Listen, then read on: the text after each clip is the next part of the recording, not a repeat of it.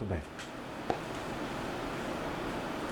Nós vamos agora fazer uma leitura comentada de Introdução à Fenomenologia de Robert Sokolowski, Edições Loyola, publicação de 2004. E nosso interesse não é estudar fenomenologia em si mesma historicamente ou epistemologicamente. Nosso interesse é sempre de início e de fim à filosofia clínica, a terapia filosófica em consultório. Razão pela qual nosso interesse será fazer leituras apropriativas deste belo trabalho de Robert Sokolowski, que nos apresenta o que é a fenomenologia de uma forma muito simples, muito didática, um tema que por vezes é difícil. Nós vamos nos apropriar desta questão fazendo recortes e interpretações a partir do olhar da filosofia clínica. Estou descomprometido de querer tratar do viés específico da filosofia de Husserl, ok? Mas por uma visão pós-husserliana, que cria a filosofia fenomenológica, e entre os movimentos, um dos métodos utilizados na filosofia clínica pelo exercício de alteridade, de escuta e de terapia será a fenomenologia. Um dos métodos importantes. Nem tudo na terapia filosófica nós trabalharemos centrados no conceito de eu. Mas o eu, pelo qual nós nos auto-identificamos no mundo com propriedades, eu sou isto, eu sofro aquilo, eu, e uma narrativa de contextos, precisamos entender como é a perspectivação a partir do conceito de eu. Por isso, vamos ao texto. Apenas, diante do que já falamos em outras aulas, alguns apontamentos. Do que trata essa obra? A ideia de fenomenologia. De que a consciência do indivíduo, da pessoa, do ser humano, não é nada em si mesmo. Estamos, nesse sentido, ultrapassando a ideia do idealismo antigo, desde Platão. Como se eu existisse em mim, eu no mundo das ideias, eu no pensamento puro, eu, parêntese, depois o mundo. No senso comum, muitas pessoas vivem a crença disso, de que elas existem e o mundo é secundário. Elas essencialmente são verdadeiras. E até quando em terapias de casal, um fala do outro e diz assim, mas o outro é assim, assim, assim, como se o eu dela fosse inquestionavelmente a plena realidade garantida. Então, o que nós vamos tratar aqui sobre, iniciando o capítulo, o que é intencionalidade e por que é importante, capítulo 1, página 17, tem como anteparo a ideia de que a fenomenologia ela funda a filosofia contemporânea. Não só a filosofia. A maior parte de todas as ciências humanas, ela nasce do viés fenomenológico. Isto é, entender Husserl é entender o pensamento moderno e o pensamento contemporâneo, sobretudo. Portanto, ele é fundamental como estatuto filosófico para se fazer e estudar ciências humanas. Não seria diferente para se fazer e estudar filosofia clínica. Do que trata Husserl? Ele trata de uma questão epistemológica, isto é, buscando os fundamentos do conhecimento.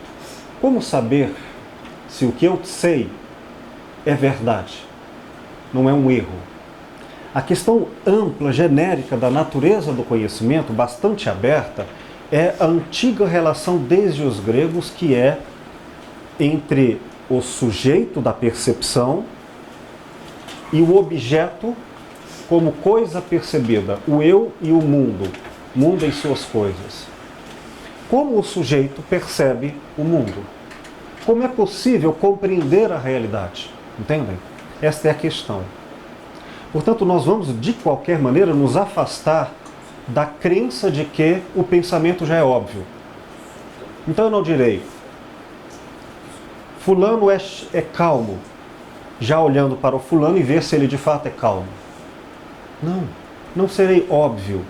Eu direi, o que se passa neste entendimento quando diz fulano é calmo? Então eu estou fazendo uma metalinguagem. Eu não estou indo direto no discurso para o mundo. Eu vou agora repensar o próprio pensamento, a linguagem. Então agora nós vamos fazer uma epistemologia. Procurar investigar de que maneira nós pensamos o que pensamos. Para situar historicamente, vamos falar em 3 movimentos. Eu acho que talvez seja melhor. Alguém está com o controle da TV aí? Aqui, obrigado. Tá. Melhor eu desligar a TV, porque eu vou explicar logo fenomenologicamente porque ela nos distrai a atenção. Também competir um cara como eu com flores atrás altamente coloridas. Para quem gosta de flores, e como eu diria quando criança, não é dival. Não é válido. Pois bem, historicamente nós temos 3 correntes filosóficas ligadas à epistemologia desde os gregos antigos. As 3 permanecem atuais, porque cada uma delas é legítima. Uma podemos chamá-la de realismo, o que é a tese, o postulado, o que se põe como visão filosófica da epistemologia chamada realismo. Eu diria, é uma crença, é um postulado de que o primado do conhecimento, a essência do conhecimento, está no objeto diante da pessoa. Isto é, nas coisas em si mesmas. Isto é, conhecer é descobrir. O mundo está lá. A questão é como eu vou tirar a coberta que me impede vê-lo. No discurso bem popular dizem assim, querendo ou não, diz algo. Então, esse tipo de concepção chamado realismo é feito de um desvelamento. O conhecimento é tirar o véu, descoberta, tirar a coberta. Mas uma coisa absolutamente está certa. O mundo existe em si mesmo. A realidade não depende de nada senão de si mesmo. Esse primado do objeto, e objeto em grego quer dizer diante de, faz com que o conhecimento como Aristóteles, um grande representante do realismo, o conhecimento é que eu pense a maneira como o mundo de fato é. Então, a verdade seria a perfeita adequação entre o pensamento e o mundo tal qual ele é. Aqueles que elaboram a concepção de realidade epistemológica via realismo só tem uma questão: como tirar a coberta e ver com clareza. Os termos bíblicos, a trava dos olhos, a poeira dos olhos, né? Se houver um problema, não é com o mundo, é comigo.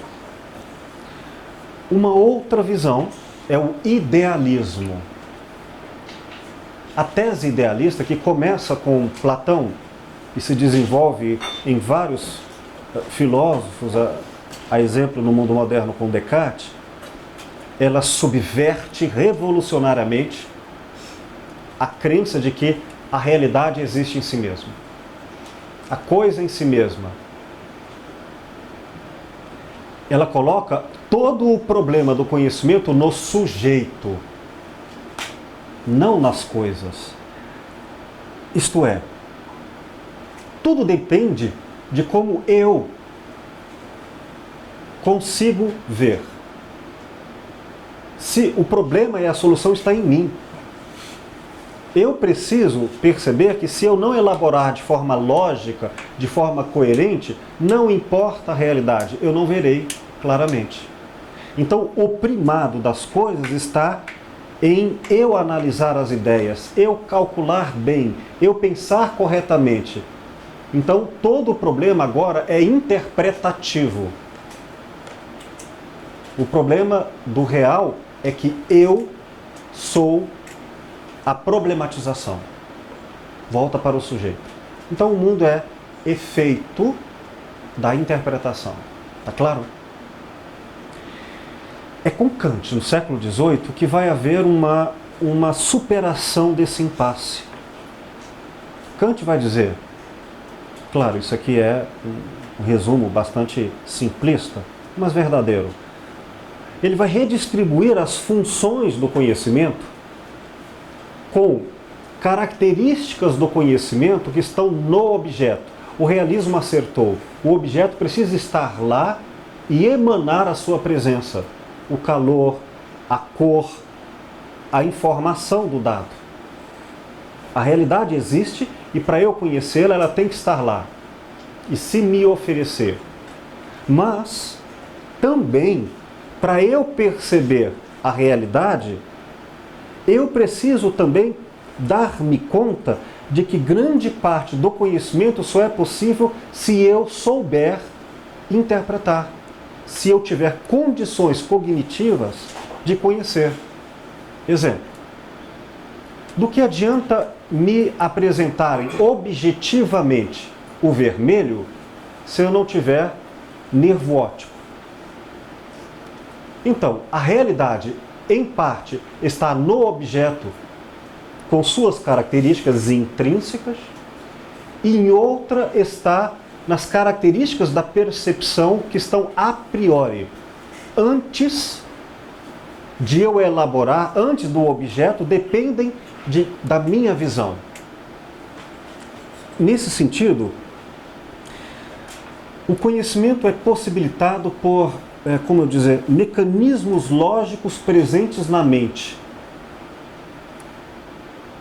Estes mecanismos lógicos presentes na mente, que me permitem entender o objeto, unem o idealismo, o sujeito é processo ativo no entendimento, e o realismo, as coisas se oferecem, ambas simultaneamente, cada qual com suas funções. O pensamento, então, é análise e é síntese. Bom, qual o efeito disso, a partir de Kant? Chama realismo, outro idealismo, esse outro tem... O primeiro é o realismo, o primado do conhecimento está nas coisas em si mesmas, a serem descobertas. O segundo é o idealismo, no qual todo conhecimento está na minha concepção das ideias puras. E o terceiro é a síntese, a partir de Kant, que vai dar o sentido do mundo contemporâneo, no qual, simultaneamente, tanto o sujeito e suas funções cognitivas, quanto o objeto em sua realidade em si mesma, estarão presentes no conhecimento. E a análise da síntese? Não é a análise da síntese, são ambas ao mesmo tempo. Mas, se me permitem, nós não vamos entrar em Kant. Vamos fazer apropriação a partir de Russell. O que eu quero dizer aqui, para fazer essa introdução ao livro, é o conceito de relatividade que Kant inaugura. Tudo é relativo. Todo conhecimento é relativo à presença do objeto, do mundo, e às características de percepção. Com Kant, já não é mais possível aquela antiga noção metafísica de conhecer a essência das coisas em si mesmas. Significa que mesmo que objetivamente as coisas existem, outra pessoa, as leis da natureza, mesmo que o mundo exista em si mesmo, ele só vai chegar a mim tal como eu o percebo. Portanto, ele chamou isso de fenômeno. O que é o fenômeno? Fenômeno, que em grego significa aparência. Eu percebo a objetividade do mundo nos limites da minha percepção. A objetividade do mundo nos limites da minha percepção.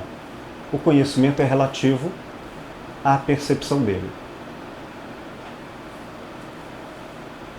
Quero fazer um esclarecimento introdutório ainda. Diante de mim. Um esclarecimento introdutório para que o livro se torne mais palatável. Ora, se a realidade em si mesma, quando se apresenta a mim, só é percebida a priori na minha perspectiva, ou em outros termos, no tempo e no espaço, e em várias categorias que são internas à mente racional, obrigatoriamente eu não vejo mais as coisas em si mesmas. Eu vejo as coisas no limite relativo da concepção racional. Numa palavra, eu obrigo o mundo a se humanizar para ele fazer sentido para mim. O mundo passa a ficar logicamente organizado. Então Kant retoma uma antiga tradição, que é o agnosticismo. Isto é, ele como religioso diria, eu creio em Deus, mas não posso conhecer Deus, porque Deus, sendo absoluto, em suas características como onipresente e onisciente, não cabe na minha percepção. Eu sempre o perceberei no tempo e no espaço. Posso falar dele com características limitadas à minha razão para eu entendê-lo. Mas aí sim, eu terei sobre Deus a relatividade da consciência humana, e não Deus em si. Esse é o fenômeno. E é a partir daí que Edmund Husserl vai desenvolver uma filosofia, como Kant fez, para estudar os fenômenos da natureza, as ciências, com objetividade.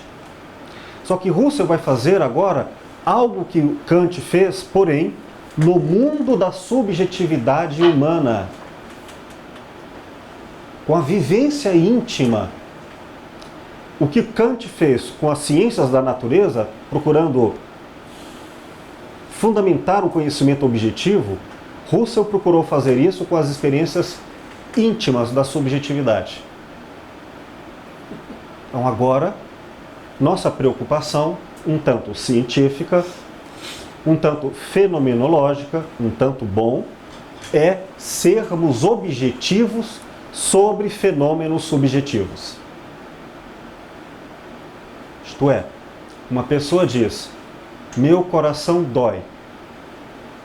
O que há de coisa em si nisso? Não tem como eu saber. Nem eu, nem ela mesma, quando elabora isso em linguagem. Então, o que eu preciso fazer é, como objetivamente eu vou me aproximar desse tipo de experiência sem cair na mera subjetividade, o que não seria conhecimento científico. Então, podem imaginar fazer ciência da subjetividade? Isso é fenomenologia. Logo, este saber é essencial a um terapeuta. Porque eu preciso ter objetividade de que os fenômenos psicológicos, os fenômenos existenciais, os fenômenos morais, os fenômenos íntimos narrados pelo outro, são objetivamente dele e não meu. E se dele, com desdobramentos objetivos, não é dele, é do pai e da mãe dele que nele se reproduz. Objetivamente, porque eu verifico, tenho mensurações, balizas, tenho medidas que me dão sobre a intimidade subjetiva um olhar metodológico. Entendem como é importantíssimo fazer fenomenologia para ser um bom terapeuta, sobretudo um filósofo clínico? que nos leva a algumas considerações como: se as psicologias, e aqui eu incluo a psicanálise, necessitam da fenomenologia para interpretar o mundo, não seria mais coerente dizer que as psicologias e a psicanálise seriam antes um modo filosófico e precisariam antes de um olhar filosófico para se desenvolverem depois como ciências? Né?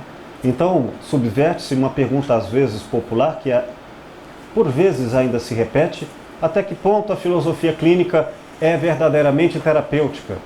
Não. Até que ponto as terapias psicológicas são de fato o que são, enquanto não forem filosóficas?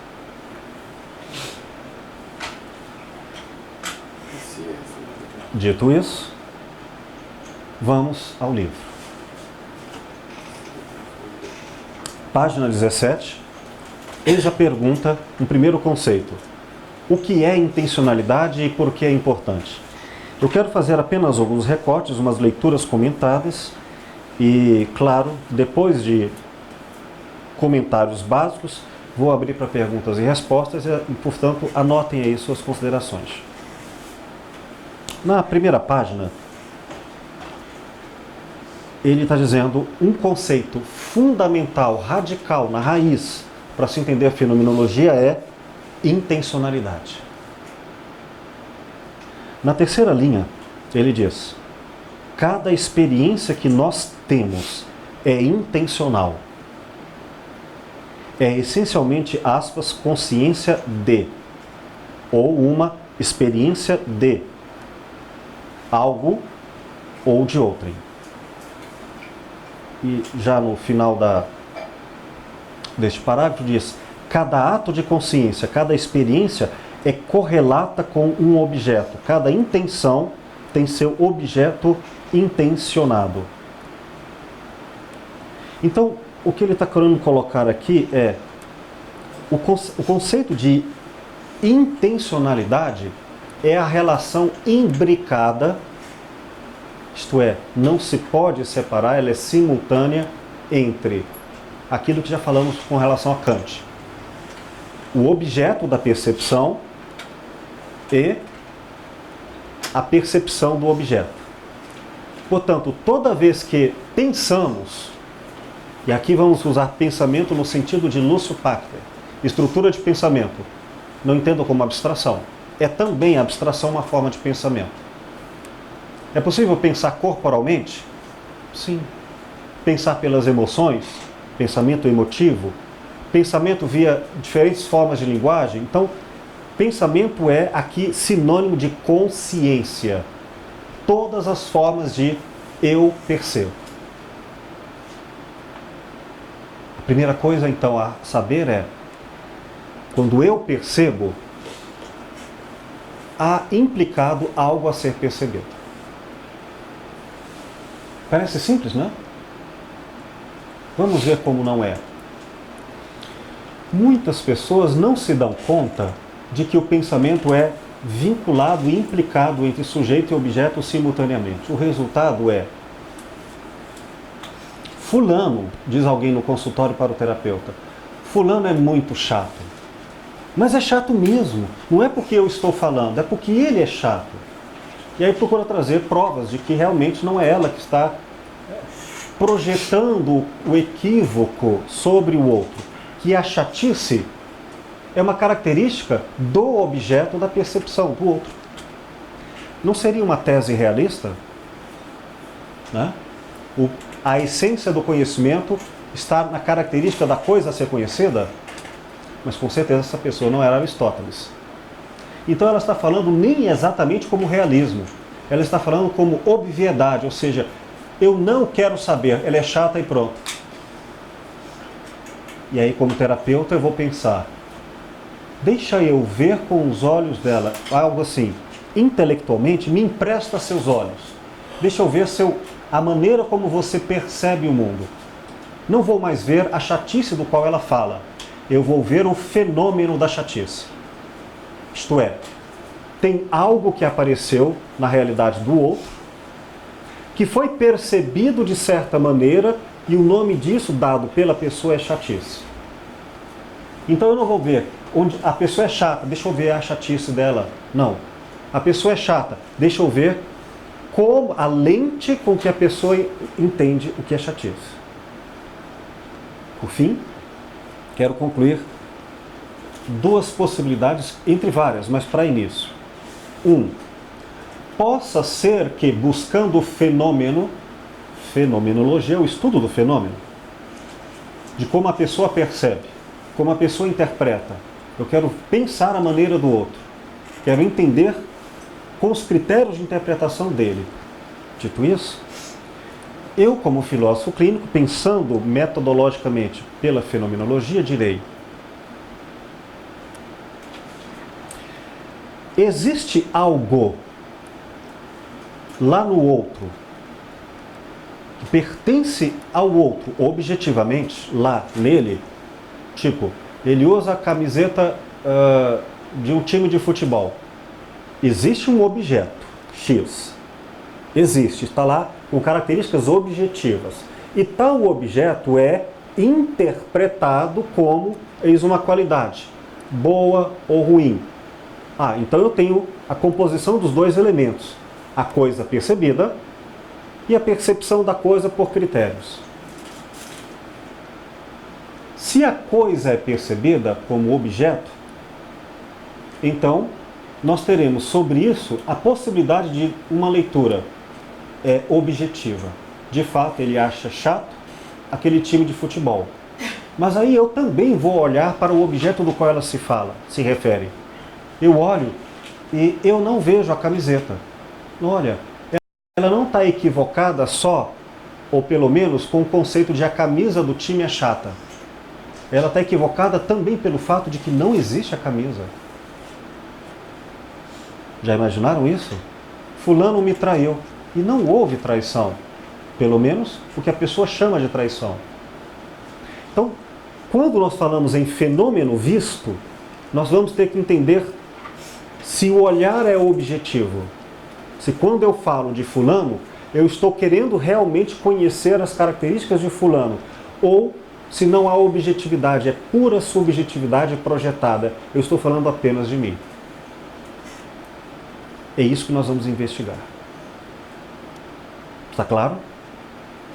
A questão que se coloca cientificamente nos termos de Russell é: como saber se a percepção tida do mundo daquela pessoa, ainda que psicologicamente seja real para ela, se ela existe objetivamente ou se é delírio, sonho, devaneio, o que também merece respeito, o que também merece cuidado. Literatura. Como saber? Entende? Como saber se o mesmo objeto, por exemplo, um cubo com 6 lados de um dado, e o cubo existe objetivamente no mundo real, para mim e para outras pessoas. Eu precisarei transcender apenas o olhar da pessoa, eu precisarei comparar a visão dela com outros olhares. Russell vai chamar isso de transcendência. Uma visão transcendental, isto é, como é que eu sei que isso é real ou não é real? Aí eu observo que o mesmo objeto de que eu falo, o outro também fala. Eu olho para o dado e eu vejo o número 1. De onde eu vejo. O outro olha e vê o número 2. Eu não sei se o 2 fica exatamente ali atrás, mas o dado é o mesmo, mas ele é relativo. Então, porque eu tenho várias referências somadas ao olhar da pessoa, o que eu posso concluir? Que o objeto existe. E que esta pessoa vê neste ângulo de vista. E outra pessoa vê o mesmo objeto sobre outro ângulo de vista. O conhecimento é relativo e é objetivo. Está claro? Por isso nós faremos uma pesquisa no olhar da pessoa, que é pela historicidade, e uma outra pesquisa em paralelo. Os exames, a pesquisa das bases categoriais. Isto é, o mundo sobre uma perspectiva estrutural para além da pessoa e comparar. Ok? Bom.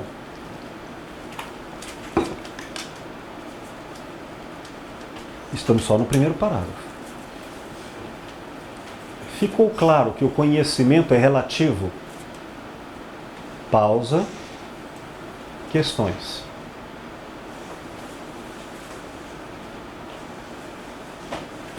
Só se houver dúvidas. Só foi uma impressão que podemos notar aqui nesse sentido, mas eu já tenho dois. Vamos chegar aí. Vamos avançar então? Queridos, agora eu não vou ler aqui, especialmente neste primeiro capítulo, porque são questões muito amplas. Vou só recortar alguns trechos. É essencial o segundo parágrafo agora para entendermos o livro como um todo. Ele vai dizer, cuidado com a ambiguidade da palavra intencionar, ou intenção. Porque isso é sinônimo de vontade. Eu tenho intenção de tomar sorvete, eu tenho desejo, vontade, eu e a volição.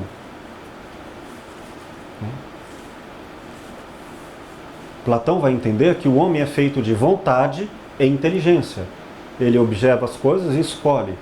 Então, o elemento da vontade, que é eu quero, eu não quero, o desejo, na fenomenologia, o termo, por causa da ambiguidade, ele vai ter que se separar e dizer intencionalidade, na fenomenologia, não é vontade. É a priori, é anterior ao eu psicológico, ao eu empírico, este eu vivente. Ou seja, é objetivo, não no objeto visto, na mente do sujeito. Então eu diria, querendo ou não, objetivamente, você vai ver e interpretar de um jeito. Volto ao exemplo clássico. Eu queria ver o vermelho. Eu tenho a vontade. Mas eu tenho, na minha percepção da estrutura mental, além do desejo, eu tenho elementos cognitivos da minha mente suficientes, sendo cego de nascença, para suplantar, querendo ou não, o desejo? Não tenho. Logo, parte objetiva do conhecimento não é psicológica, não é volitiva, não é este eu que a pessoa narra no mundo. Significa categoria anterior de percepção. Em filosofia clínica, vamos chamar isso de estrutura de pensamento. Portanto, estrutura fenomenológica objetiva do pensamento. Eu estou falando agora em ciência, no sentido da fenomenologia. Não estou falando em elementos psicológicos, empíricos. Empírico é a vida sentida. Então agora, eu vou usar dois termos, só para ser didático, tá bom? Eu vou separar forma e conteúdo. Como forma, e estas são categorias que começam com Aristóteles para a gente entender a realidade de forma lógica, ou seja, a razão como é que ela pensa. E Kant retoma essas categorias de Aristóteles para tentar entender como a mente, não eu, você, pessoa, a mente humana vê. Então, se é a mente humana, se você quiser ver de outra forma, tem que deixar de ser humano. Não digo que não seja possível, é. Por exemplo, usamos a figura mítica e mística de Cristo como religioso. Quer dizer, uma visão religiosa de Cristo. Aí eu poderia dizer, até que ponto o que ele fala, ou em termos de linguagem, é segundo a nossa mente de percepção. Mas eu poderia dizer que ele ultrapassa a condição humana? Posso. Mas eu tenho como perceber como humano? Não, porque eu estou limitado à percepção e às categorias do fenômeno. Então, não vou reduzir na filosofia clínica que a pessoa é exclusivamente humana. Exclusivamente, portanto, com uma mente racional. Há espaços para a transcendência de uma visão não antropocêntrica do ser humano, mas isso já ultrapassa a fenomenologia. Entra a metafísica, entra a mística, entra elementos de intuição para além do linguisticamente possível. Portanto, esse recorte para fora da fenomenologia, e se é para fora é o infinito, então é grande. Ela existe no consultório. Nós vamos colocá-la também como categoria fenomenológica, tipo, aqui está no ser humano uma categoria, uma forma de percepção que transcende a visão racional. Isso é, e está chamado de categoria como matemática simbólica. Será estudado depois, além do que nós já introduzimos com visões gerais.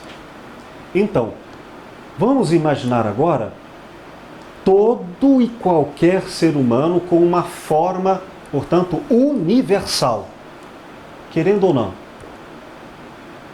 Mas é forma, não é conteúdo. O que é conteúdo? A vivência direta. Um exemplo.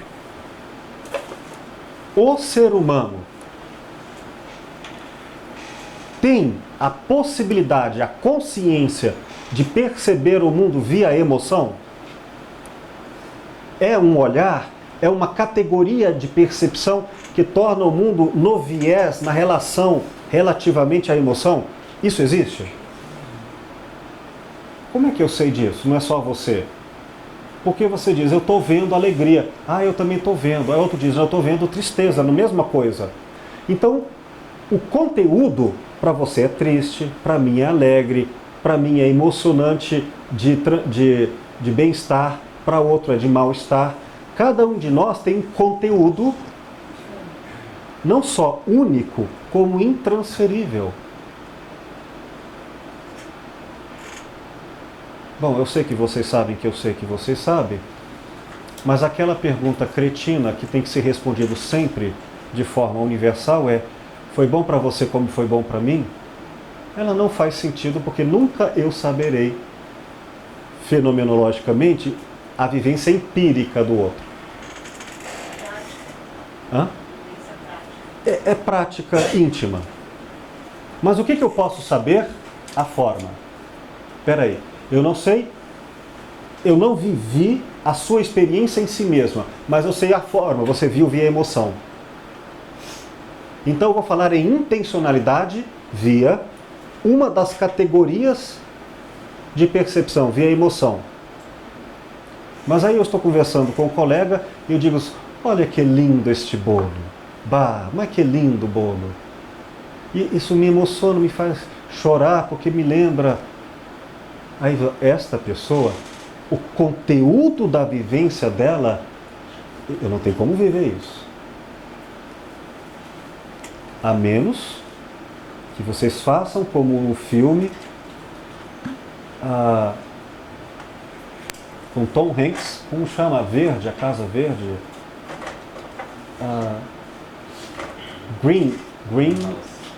Greenhouse. Eu não me lembro agora do título, se vocês me lembrarem, me falem. Ele é um carcereiro de uma instituição, uma prisão, à espera de um milagre em português. Eu não me lembro o título em inglês, mas é Green, Casa Verde, eu acho, Greenhouse. E ele encontra um homem que tem poderes especiais que transcendem a fenomenologia. E ele é um santo. E ao mesmo tempo está ali como um condenado, ou pelo menos acusado de ser um assassino. Mas o filme mostra ele não ser. Mas tem uma cena que eu não sei se seria bom ou se seria ruim a gente ter esse dom. Depende. Às vezes sim, e seria bom se a gente tivesse, desligasse e ligasse quando quisesse. Mas aí ele quer contar para o carcereiro o que realmente aconteceu. Pode ele passar a vivência para o outro, ou só ele pode dar a forma geral para que o outro faça uma tradução? Eu com o meu conteúdo, o outro com outro conteúdo, mas na forma encontrar linguagem passível de aproximação? Ele fala assim, não adianta eu falar, você tem que viver. Então, como você não vai viver, vou fazer o seguinte. Aí tem uma cena mística, paranormal. Se fosse outro filme, viraria X-Men. Se fosse outro filme, já viraria um filme espírita, dependendo da interpretação. Mas enfim, ele pega na mão do rapaz e ele, o rapaz, e o preso, transfere o conteúdo da vivência. Já pensou se a gente passasse a viver a coisa em si? Seria o realismo puro alcançado. Ficou claro o que é forma, o que é conteúdo? Pois bem, sendo que cada forma tem um equivalente conteúdo, eu preciso agora, quando eu vou objetivamente em clínica ao mundo da outra pessoa, perguntar qual é a forma com que ela vê o mundo. Vamos imaginar aqui, por exemplo, já que Lúcio Pacta estabelece numa estrutura de pensamento uma espécie de material metodológico prático ou didático, apenas como didática, a clínica é viva, não é essa formalidade, isso aqui é um exercício didático para a arte, o artesanato do trabalho clínico. Mas o que fez Lúcio Pacta? Ele pesquisou a antropologia filosófica, isto é, tudo o que desde Sócrates, desde os pré-socráticos, foi se dizendo que é o ser humano. Todas as características que foram elaboradas sobre o que é humano. E ao invés de apostar no realismo, é isto, Platão estava certo, não, joga fora. Aristóteles estava certo, não, joga fora. Freud estava certo, não, ele errou, joga fora. Vamos pegar então, Jung estava certo, não. Ao invés de pegar uma disputa de visões e conteúdos do real, ele fez uma visão neste ponto do método a outros, metodologicamente, e colocou todas as categorias e formas de percepção pensadas até hoje.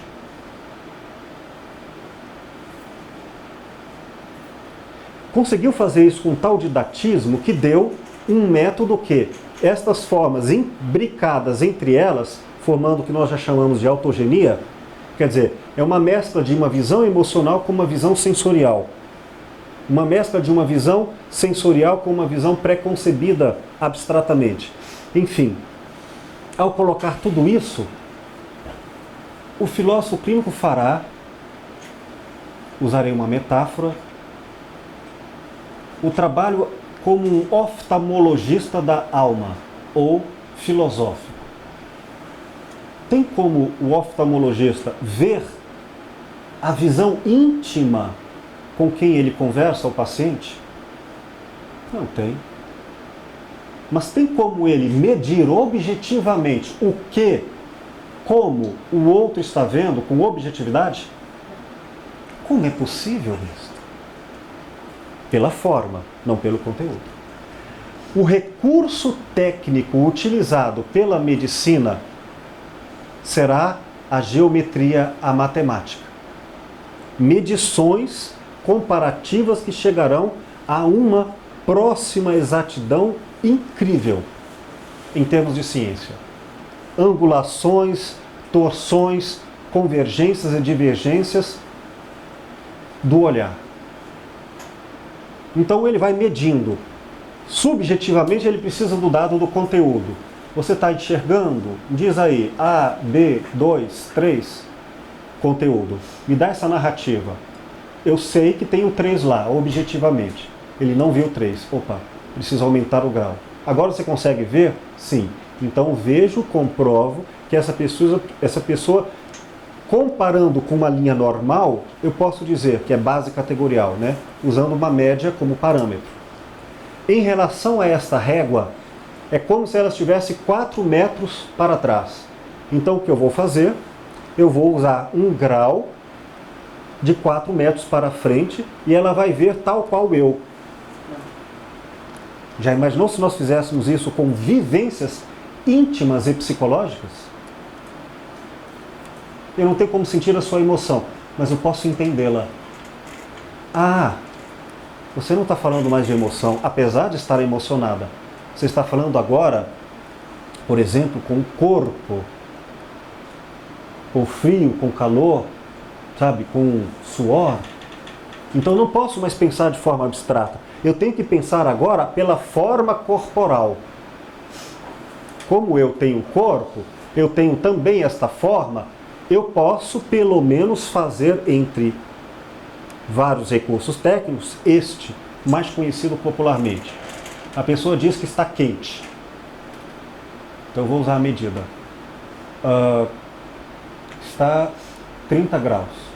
Ok, uma medida objetiva.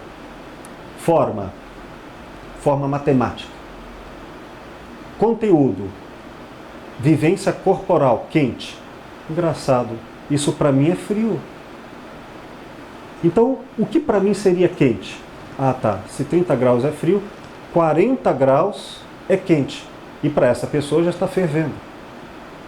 Agora eu posso, uma forma universal, comparar que, segundo esta forma, conhecimento objetivo, para ele é muito, para mim é pouco.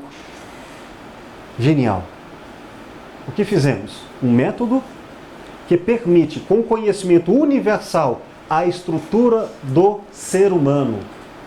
Todos os ângulos de vista, bases, para compor uma ótica singular de cada olhar, de cada única pessoa.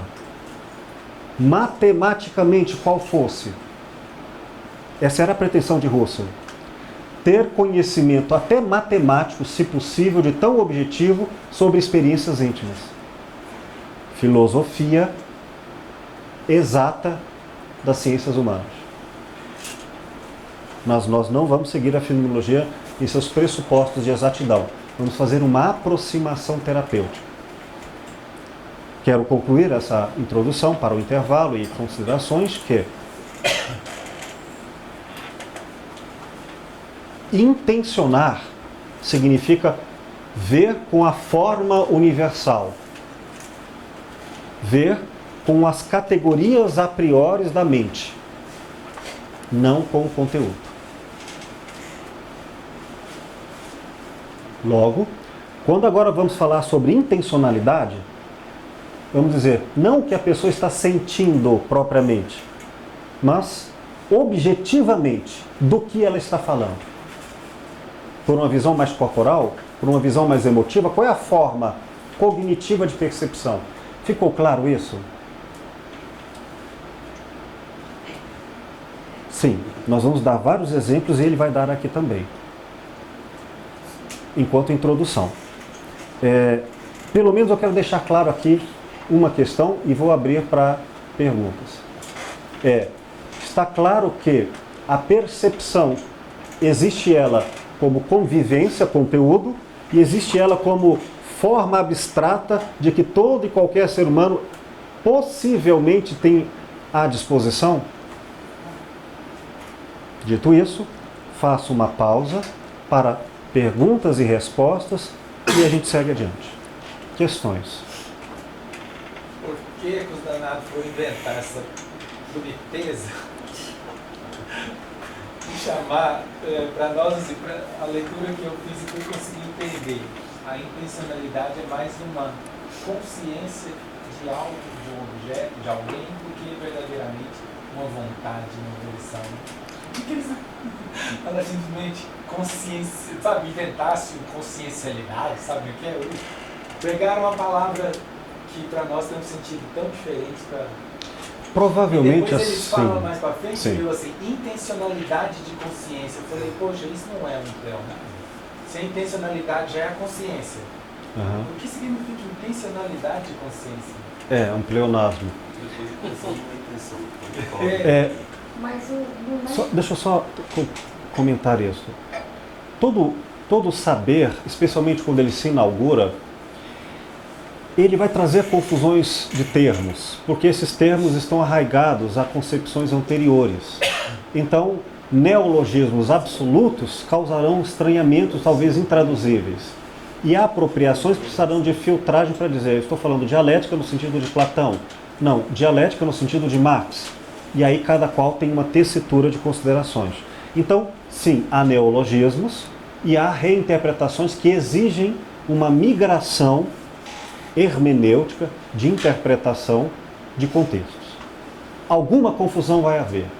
Faz parte do processo e Lúcio Pacta, ao criar a filosofia clínica, também não soube e é impossível evitar algo disso. Mas, já que o problema está aí, qual é a questão? A questão é, eu quero fazer ciência, aqui não no sentido de ciência moderna, ciência no sentido filosófico. Eu quero ter conhecimento objetivo. Eu quero poder dizer, eu sei, eu conheço a vivência do outro. A tal ponto que eu provo, eu demonstro. Eu posso atender você, como terapeuta, e não viver a sua vivência íntima, mas partilhar este olhar metodológico com outro colega terapeuta, pedindo opiniões, e este outro terá que ter metodologicamente uma preocupação que é, Will, até que ponto isso não foi só você que viu, ou seja, projetou, está em você o conteúdo e não no outro, ou como eu posso saber que outra pessoa me ouvindo, ele sabe que eu me referi objetivamente do outro e não de mim. Então, qual é o dado objetivo no meio da subjetividade para eu fazer terapia com conhecimento de causa? Essa é a pretensão. Ir ao outro método que você fala. Exato. E aí, por que separar intenção como forma e intenção como conteúdo? Bom, é simples. Porque para entendermos fenomenologia a partir de Kant, a partir de Russell, temos que entender que o conteúdo vem numa forma. Todo pensamento está implicado em uma forma. É como água, sempre vai ter alguma forma de recipiente. Não tem como pegar água sem uma forma.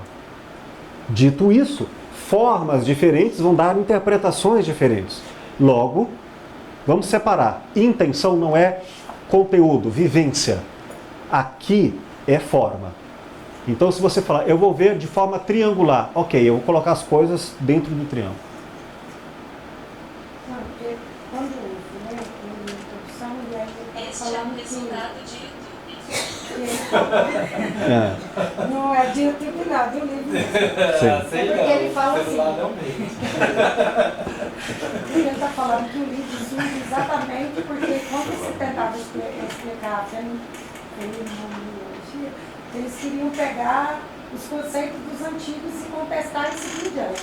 E que ele fala que não, que aqui ele vai usar como base, mas que a intenção dele também não é discutir, citar, simplesmente apresentar o método para a gente. Perfeito. Aí aqui, ele na página 10, ele coloca assim, a fenomenologia é o estudo da experiência humana e dos modos como as coisas se apresentam elas mesmas para nós e por meio dessa experiência. Tenta restabelecer o sentido da filosofia encontrada em Platão e ir além disso, não só uma reivindicação de antiquário, mas algo que confronta as questões levantadas pelo pensamento moderno. Vai além dos antigos e modernos e se esforça por reativar a vida filosófica em nossas circunstâncias presentes. Este livro está escrito, sobretudo, não apenas para informar os leitores sobre um movimento filosófico específico, mas para oferecer a possibilidade do pensamento filosófico em uma época em que tal pensar é seriamente contestado ou largamente ignorado. Ok. É isso aí, na verdade, ele está mostrando para a gente que, olha, isso é uma forma que a gente encontrou, um jeito de tentar categorizar o que é o pensamento. É essa estrutura de pensamento. Perfeito. E aí ele pega e fala assim, Para ainda reforçar, ele escreveu esse livro a partir de uma amizade com um matemático. Né? Então, assim, o grande paradigma das ciências sociais até e humanas é exatamente a objetividade e neutralidade. Então, eu acho que isso aqui está querendo mostrar para a gente, olha, é possível praticar uma neutralidade e uma imparcialidade. Perfeito. Não seria neutralidade nem imparcialidade, mas seria a busca de objetividade. E como toda objetividade, ela tem relações, ela está relativa a, pelo menos os critérios estabelecidos têm que ser acordados para que a gente tenha um exercício de clínica. Eu vou traduzir o que ela colocou em uma preocupação prática do filósofo clínico.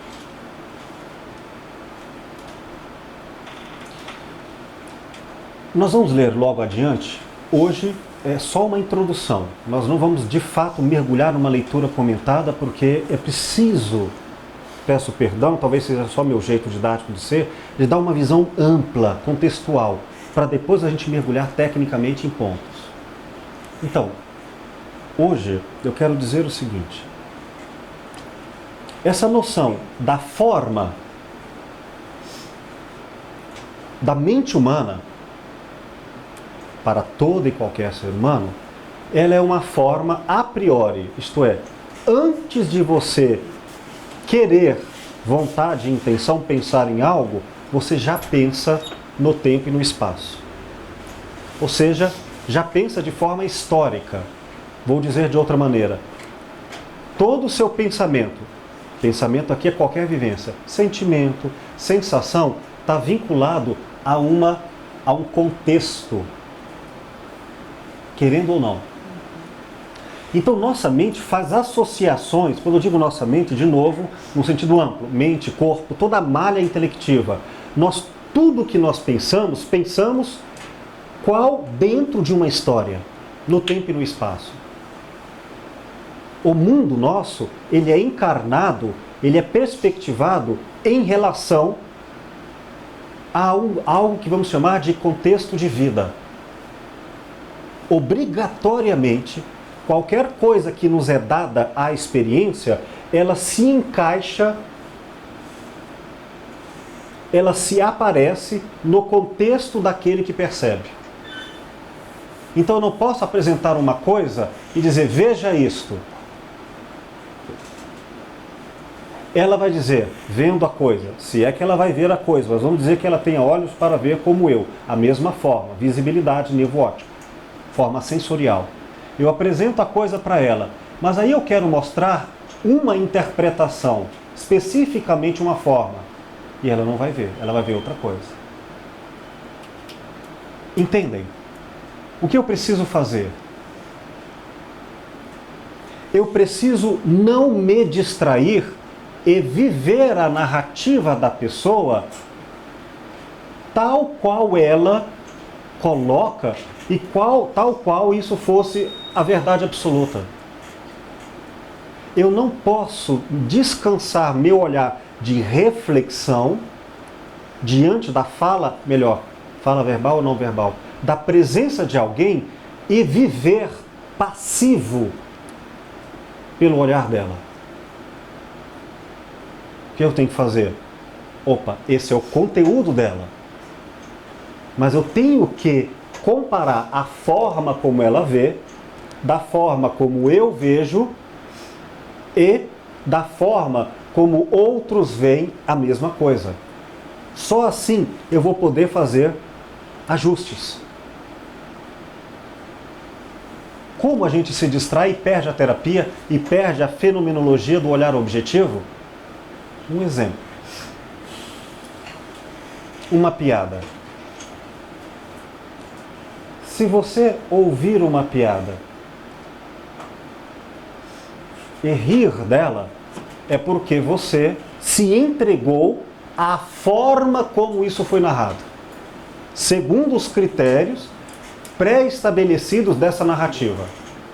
Por exemplo, a narrativa terá que ser uma comédia, vamos dizer que seja uma piada de caráter sexual. Eu precisarei já pensar a partir dos elementos sexuais. ou então não vai ter piada. Eu preciso entender que a palavra terá ambiguidades com uma das interpretações de caráter necessariamente sexual para que eu caia no riso da piada. Então, como eu vou rir de uma piada entre nós? Porque eu descanso a minha análise. E aí eu fico passivo. Eu estou me referindo ao senso comum. E apenas eu deixo a outra pessoa me fazer pensar do jeito dela. Eu fico passivo. Nesse sentido, eu sou seduzido. Ou posso ocupar o papel do sedutor, no qual eu não dialogo com o outro, é outro. Eu subsumo o outro, faço com que ele viva o que eu vivo, como verdade absoluta. Isso não é mais reflexão, não é mais fenomenologia. Então alguém me conta uma história e aí ela fala assim, ai, tinha um cachorrinho chamado Pipi. Aí eu me lembro na hora que eu tinha um cachorrinho muito bonitinho, ela já está falando da vida dela e eu perdi a narrativa dela, estou vivendo agora na minha memória em 5 segundos, em emoções, em imagens, memórias visuais, memórias auditivas, memórias que remetem para além do raciocínio, mas que estão presentes. Junto com o cachorrinho tinha o quintal da casa, que entra na figuração imagética da lembrança. Junto com o quintal, aquela visão de criança do tempo que eu não tinha contas de luz para pagar. Tudo isso em segundos é recolocado, realocado, enquanto a outra pessoa fala. Eu não estou mais sendo um cientista. Você está me falando dessa garrafa? Eu vou prestar atenção na garrafa e como você vê essa garrafa. Bobagem. Eu agora estou apenas no parque de diversão. Eu estou vivendo. Eu estou gozando a narrativa.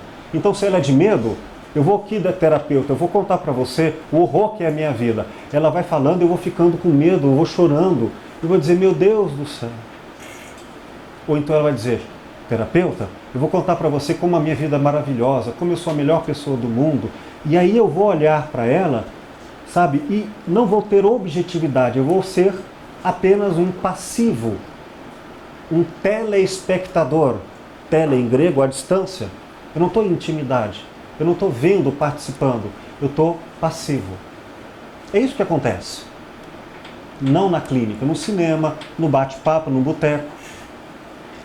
Eu estou conversando no boteco com um sujeito e ele fala assim, cara, foi demais.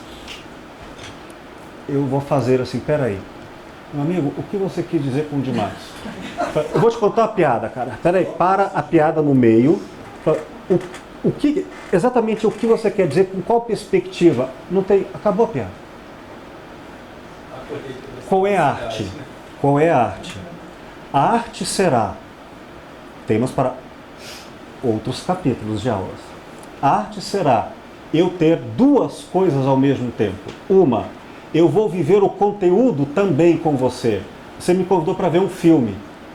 E eu vou me entregar a esse filme ou por empatia, se for o caso até por antipatia, mas eu vou me entregar. Eu vou procurar viver de todo o meu corpo, de toda a minha alma. Por isso é amizade, não é gosto, prazer, não é cumplicidade, não. É amizade ao outro. Você é importante para mim, então eu preciso me ocupar do que é importante para você. Isso é sensibilidade. Se ela me fala assim, que é importante pegar a caneca com muita suavidade, então eu tenho que recrutar em mim a forma de suavidade para eu dizer, eu só vou ouvir você com os ouvidos da sensibilidade. Não posso ouvir de outra maneira. Logo, forma e conteúdo vai trazer em mim grande sensibilidade. Tanto é que, esse conteúdo lá está me intoxicando, tem que me afastar. Ele está muito bem, não vou me aproximar mais. Conteúdo. Mas eu também tenho que ter a visão de forma. Espera aí. Essa pessoa estava me falando, chorando, que não gostou do que disseram para ela. Aí eu observar, essa pessoa, ela alterou a forma de entendimento. Ela não se deu conta. Eu tenho que lidar. Eu vou ao cinema, comparando o cinema com a narrativa do outro, na historicidade dele, eu vou tanto como um espectador, não para curtir, mas para participar, para viver junto, mas como diretor de cinema. Sempre conteúdo e forma, sempre com intimidade, mas também com metodologia. Opa, essa pessoa está querendo me construir um cenário de vítima. Ah, isso é possível, porque ela retirou certos conteúdos que se eu visse, eu não veria ela como vítima. Ela editou essa história, e é como se eu fosse contar uma história de horror. Espera aí, como um cinematógrafo.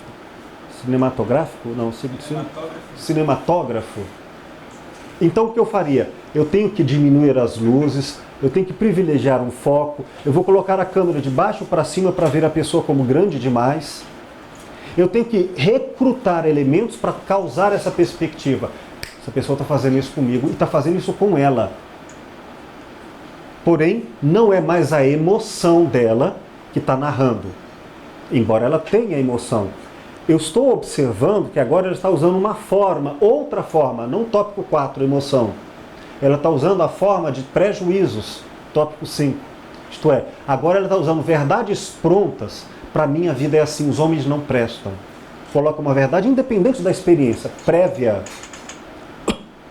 Isso em si não é bom ou ruim. Prejuízos. Mas digamos que ela traga um prejuízo, e é o prejuízo que determina a emoção. Aí eu digo, mas se a pessoa for igual ao seu pai, e seu pai é bom, aí homens prestam. Então o prejuízo pode mudar a emoção. Ah, eu aprendi isso na clínica. A pessoa chega a mim e diz, isso aconteceu uma vez no consultório, alguns anos atrás. Um partilhante, um homem, 45 anos, e diz, eu me apaixonei por um outro homem, pela primeira vez na vida, não tinha antes emoção, pela primeira vez na vida eu estou apaixonado. Mas, infelizmente, ele não presta, ele só quer o meu dinheiro. Eu sei disso, intelecto, forma racional, tópico 10, estruturação de raciocínio, forma, mas eu não consigo deixar de ficar perto dele. Aí eu perguntei, mais ou menos, não com essas palavras, mas a ideia foi já na primeira sessão, o que eu poderia fazer para te ajudar, na sua opinião, diante do que você gostaria? Depois eu também vou estudar mais a respeito e lhe dar também as minhas opiniões com conhecimento. E aí vou dizer com fenomenologia. Ele disse, eu gostaria que o senhor me ajudasse a me desapaixonar dele. Aí o que você faz? Como é que você faz para tirar a forma, a emoção, desligar? Eu não quero mais sentir nada por essa pessoa. Estou falando em conteúdo? Também. Mas ele está falando sobre forma. Eu quero olhar para esta pessoa sem emoção. Eu quero ver só com o corpo. Eu quero nem isso. É possível? Vamos abrir agora a ciência fenomenológica? Espera aí. Vamos separar forma e conteúdo? Vamos ver como ele enxerga o mundo, como ele vê, entende o mundo? Eu fui estudar. Claro que eu vou falar só um recorte da clínica, por considerações muito amplas. Só um pouquinho, cadeira. Qual é a questão? Entre os elementos, ele fazia um deslocamento curto, consideravelmente padrão. Ou seja, ele colocava a sua existência, seus sentimentos, sua vivência em objetos físicos. Daí, se ele ganhasse uma balinha desta pessoa que ele queria ficar longe, ele guardava o papel.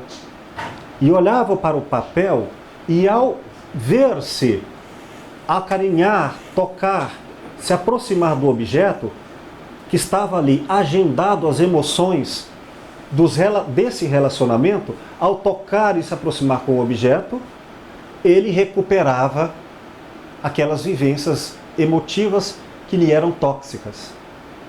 E eu fui ver, ele tinha um acúmulo de objetos que estavam neles agendadas as emoções que ele queria ficar distante.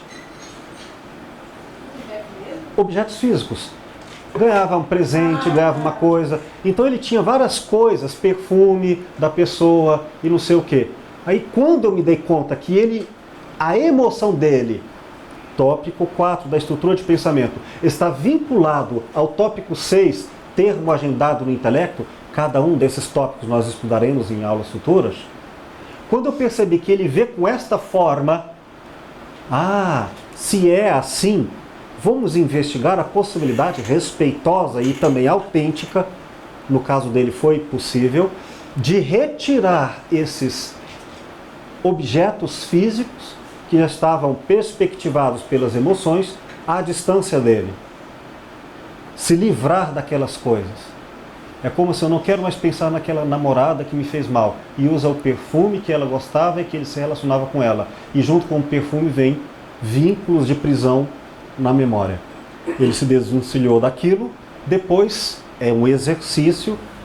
As maneiras como ele fez isso também foram investigadas. Algumas foram doadas, outras foram queimadas, outras enterradas. Foi todo investigado porque foi tudo submetido ao modo dele. Por isso é um submodo. Os elementos técnicos serão artesanatos, serão artesãos, feitos sobre a medida de cada pessoa. Depois de algum tempo, alguns meses de terapia, na verdade foram semanas reeditando o tempo, ele diz: eu ainda tenho desejos por ele, mas eu não estou mais preso a ele. Eu posso fazer a escolha. E hoje eu escolho não mais tê-lo perto de mim. Agora ele me aproxima, porque sempre que eu gastava todo o meu dinheiro, ele se afastava. Eu sei que eu vou recuperar financeiramente pelo trabalho, e quando eu me recuperar, eu sei que ele vai se aproximar. E eu acompanhei esse processo. Falei, mas agora eu não mais o desejo pelas emoções. O que eu fiz? Peguei o conteúdo da emoção, vinculei a qual forma. A forma via coisas, via tópico 6. A forma poderia estar vinculada a outros elementos. Esse é um exemplo. Está claro? Forma e conteúdo, e que, portanto, eu tenho que estudar a intencionalidade, isto é, como cada conteúdo é percebido pela forma de percepção de cada um. Isto é intencionalidade. Pegaram essa ideia? Pegaram, sobretudo, o conceito ético de ter cuidado, de não dizer à pessoa qualquer coisa, e sim de fazer o fenômeno, mostrar algo, mas só pela forma como a pessoa fará um sentido autêntico de compreensão e de crescimento. Portanto, na próxima aula, mesmo bate-local, nós daremos início aqui, sobre o estudo da intencionalidade da mente, como acessar o outro com objetividade, respeitando a subjetividade dele como filósofos clínicos. Meus queridos, muito obrigado pela aula de hoje. Espero que tenha sido bom.